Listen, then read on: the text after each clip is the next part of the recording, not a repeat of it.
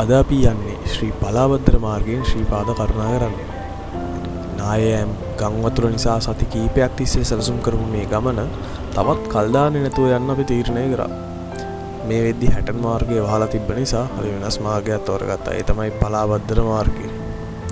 උදේ පාන්දරම කඩුවෙලින් පටන් ගත්ත අපේ ගමන මුලින්ම බණ්ඩාරගමට. ඊට පස්සේ කෙලින්ම රත්නපුර හරහා පලාබද්දර ගමට.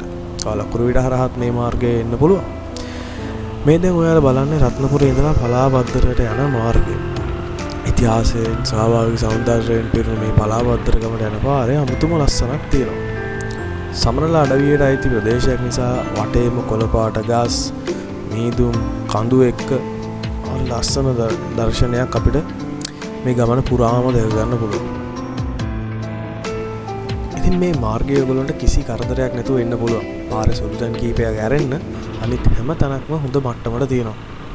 ඉතින් ශ්‍රී පලාබද්දර මාර්ගය එහෙම නැත්නම් රජමාවත ගැන කිව්වොත් ශ්‍රී පලාබද්දර මාර්ගය කියන්නේ ආසන්න වශයෙන් කිලෝමීටර් 11ක් විතර ඔයගොල්ලන්ට උඩට යන්න තියෙන සම්පූර්ණයෙන්ම පඩි වලින් තියෙන හරි ලස්සන සුන්දර මාර්ගයක්. ඉතින් මේකේ උඩටම යන්න ආසන්න වශයෙන් පඩි 11500ක් විතර තියෙනවා.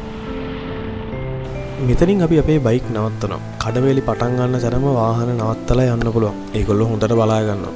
ඉතින් එතනින් පස්සේ ගමන යන්න තියෙන සම්පූර්ණයෙන්ම පයින්. කරුණාව පටන් ගත්තේ 6:00 විතර. ඉතින් අතරමඟදී අපේ දෙන්නෙක්ට හදිස්සියේ අපව හැරෙන්න උනා. අන්තිමට ඉතින් ඉතුරු උනේ අපි 3 දෙනා විතරයි.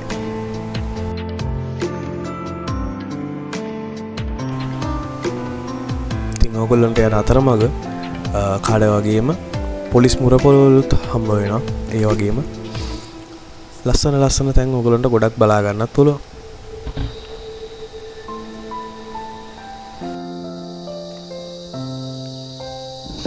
ලස්සන පැත්තක් කොහෙත්ම නැහැ. ඉතින් ලිහිණිය හෙට තව උඩ තියෙනවා. අපි ලිහිණිය හෙරට යමු.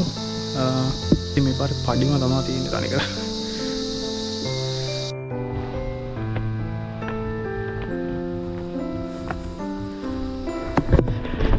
ඉතින් පේනවනේ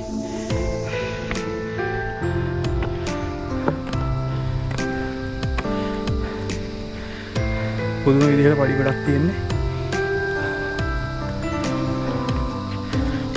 හැබැයි හැමතැනම ටැප් තියෙනවා, කඩ තියෙනවා, ඒ වගේම ලයිට් තියෙනවා. ඒකින්ද ඔයගොල්ලන්ට හිමීට මේ නගින්න පුළුවන්. මේක ටිකක් වෙලා යනවා.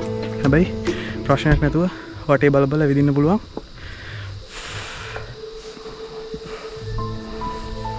මෙන්න කෙනෙක් යනවා. හයි මාසිද. එතනින් පස්සේ ඉතින් තියෙන්නේ සද්ද නැති වනාන්තර. මේදුම අතරින් හුස්ම ගන්න පාරවල්.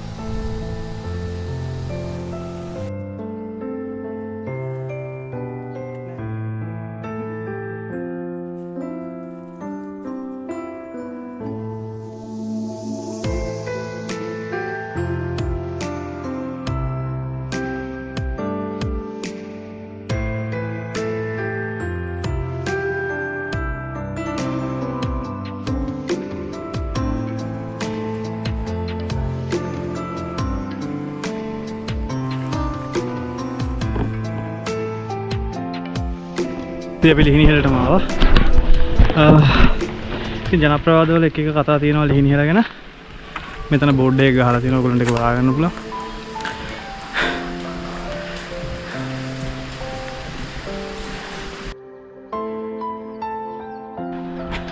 ලිහිණියක්කේ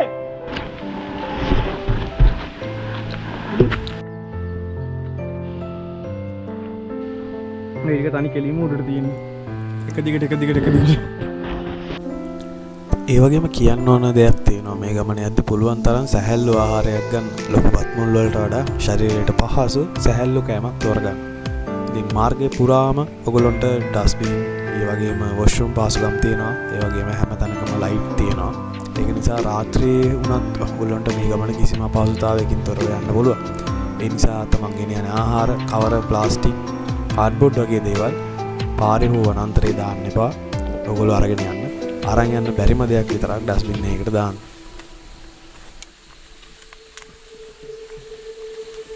5300 පඩිය පහු කරලා උඩට ආවා. ටිකක් විතර වහින්ද තමයි යන්නේ දැන්. අපි බලමු පොඩ්ඩක් රස තත්ත්වය අඩු වෙයිද මොනවා වෙයිද කියලා. එතරම් අඩයක් තියෙනවා. දැන් යන්නේ අදිරිය ගජමන්සල.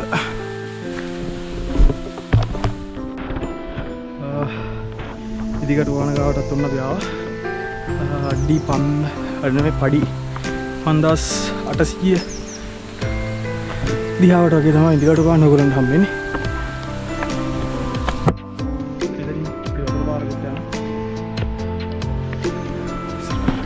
ඉතින්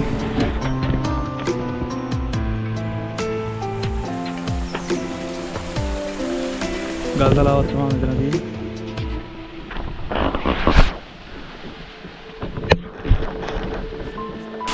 ඉතින් මෙතන ගෙත්තම් පාන තියෙනවා අඩි 5800 වගේ පඩිය තමයි තියෙන්නේ. එදා පොඩි අතරපාරකුත් තියෙනවා.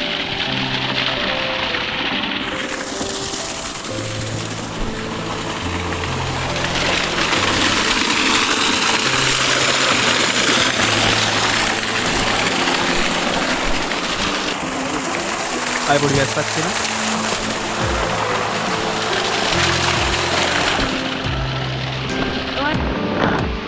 අඩේකට කොට වුණා.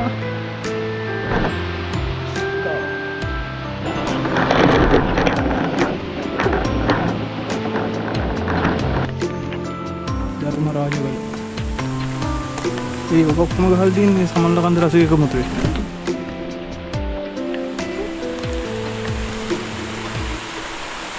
හම්බුනේ.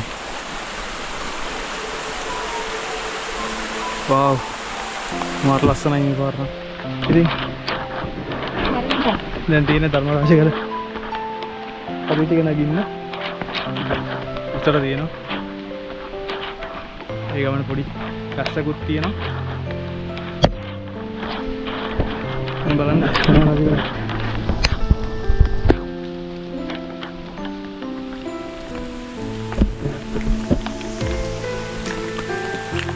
මෙතන පඩි තියෙන්නේ බලාගෙන.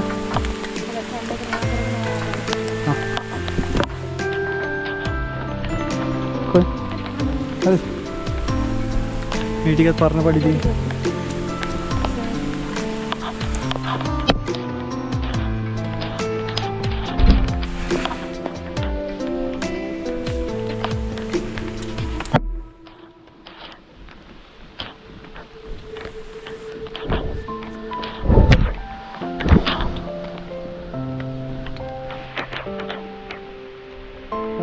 Bahaya.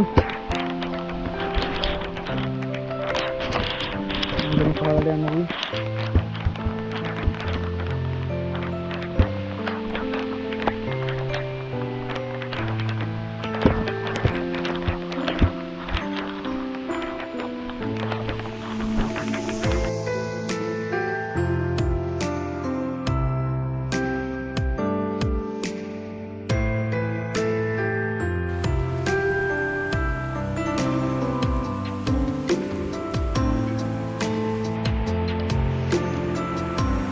මෙතන සීත ගඟුල තියෙනවා. සීත ගඟුල අවන ශාලාව අතර තියෙනවා.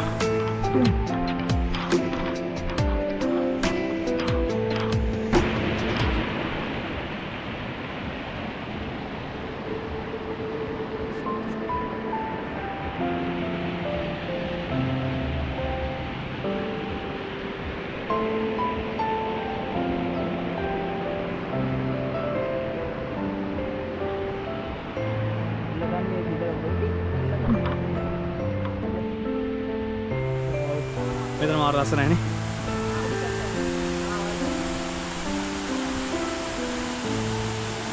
හීන් ගඟුල. හීන් ගඟුල. හීන් ගඟුල තියෙන ඉස්සරහ. මාර ලස්සන තැනක් එතන. 500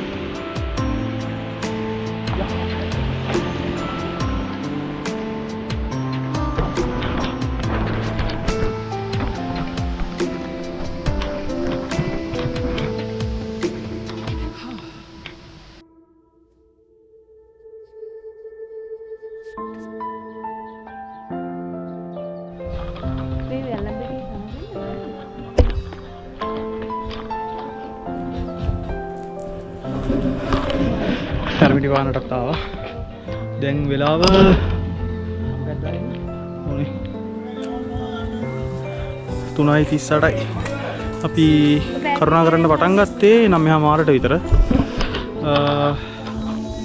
තමන් දැන් වැඩි දුරක් නෑ යන්න. බලමු උඩ ගන්න. මෙතන ඇත්තම මේ හරි නිකන් ආයෙ මෙතනින් පහළටනේ බහින්න තියෙන්නේ. මෙතන උස්ස තැනක් නේ. අපි මේකෙන් තමයි. මේ දිගට.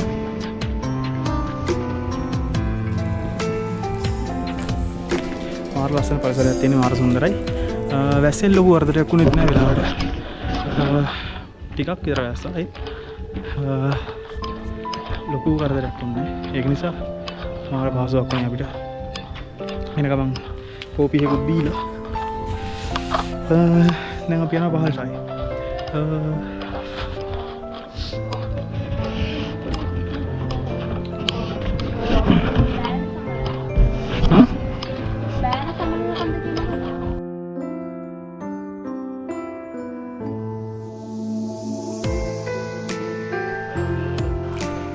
ඔන්න දැන් අපි මකර තොරණ ගාවටත් ආවා.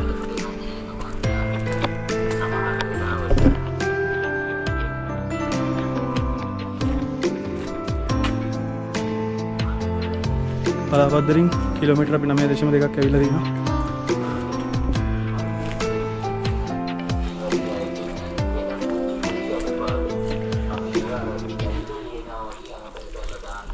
එතනට පේන්න ඕන හරිද?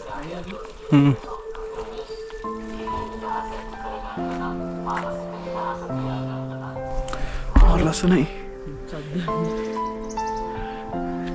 ඇත්තරම අපි විතරයි මං හිතන්නේ ඉන්නේ. ඉතින් බලන්න මේ පරිසරයේ තියෙන සුන්දරත්වය. ඇත්තටම මට දෙයක් කියන්න තියෙනවා. මොකද සඳකල දැන්න මාර්ගයේ අවසාන හරිය මම කලින් පාර කරුණා කරනකොට දැක්කේ එතන ගොඩක් අපවිත්‍ර වෙලා තියෙනවා. ඉතින් ඒ කියන්නේ හරියටම මහගිරි දඹේට එකතු වෙන්න තැන. ඉතින් ඒ වගේ ලස්සන පරිසරයක් හානි කරන්න එපා. මේ වගේ ලස්සන පරිසරයක් තව ගොඩක් කාලයක් තියෙන්න ඕනේ. ඉතින් ඒ වගේ හානි මේ පරිසර පද්ධති වලට කරන්න එපා කියලා අත්‍තරම ඉල්ලන්න ඕනේ.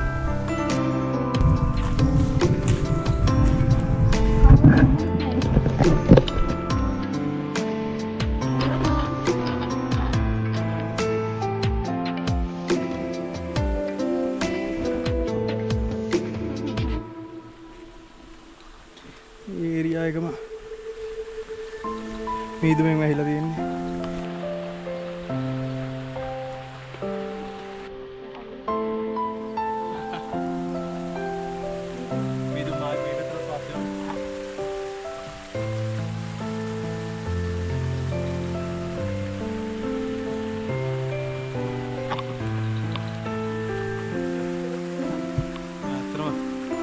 සිරිපාදේ ලස්සන බලන්න ඕන නම් මේ පැත්තෙන් තමයි යන්න ඕනේ.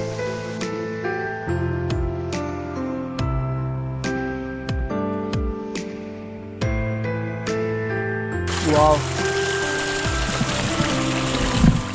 දැන් එන්න ටිකක් අහසට ලියවීගෙන එන්නේ. අර තියෙන්නේ අපි කලින් ඉඳලා ආපු දෙන. අර තියෙන්නේ හැරමිටි පානනේ. හැරමිටි පාන අපි කලින් ඉඳලා අර මොකද්ද දෑල කඳු ටික බෑන කන්ද. අර තියෙන්නේ බෑන කන්ද. ඒ වගේ කන්නේ. බෑන කන්ද ගැන කියවපු තැන. ඈතින් පේනවා. අපි කොච්චර දුරක් ඇවිල්ලාද නේ? සෑහෙන දුරක් ඇවිල්ලා. We like them. ආයෙ යනවා පේනවා.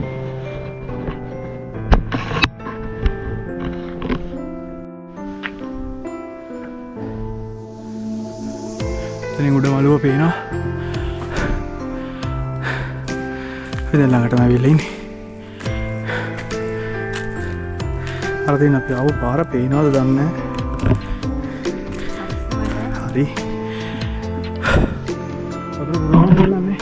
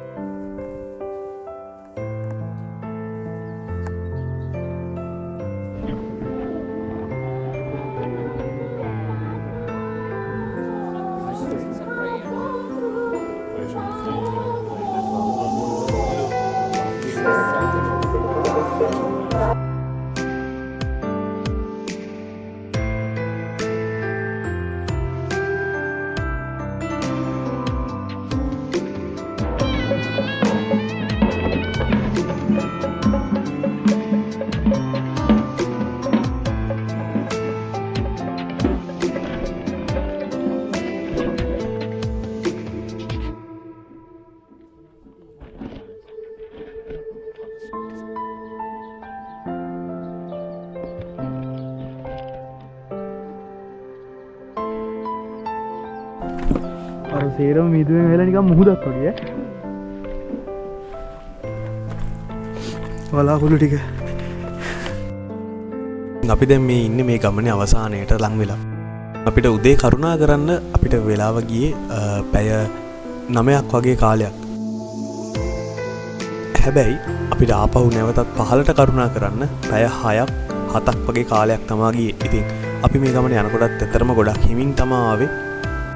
තමන්ට පුළුවන් මේ ගමන ඇත්තරම පැය 4ත් 6ත් අතර කාලයක් ඇතුළත ආපහු පහළට කරුණා කරන්න.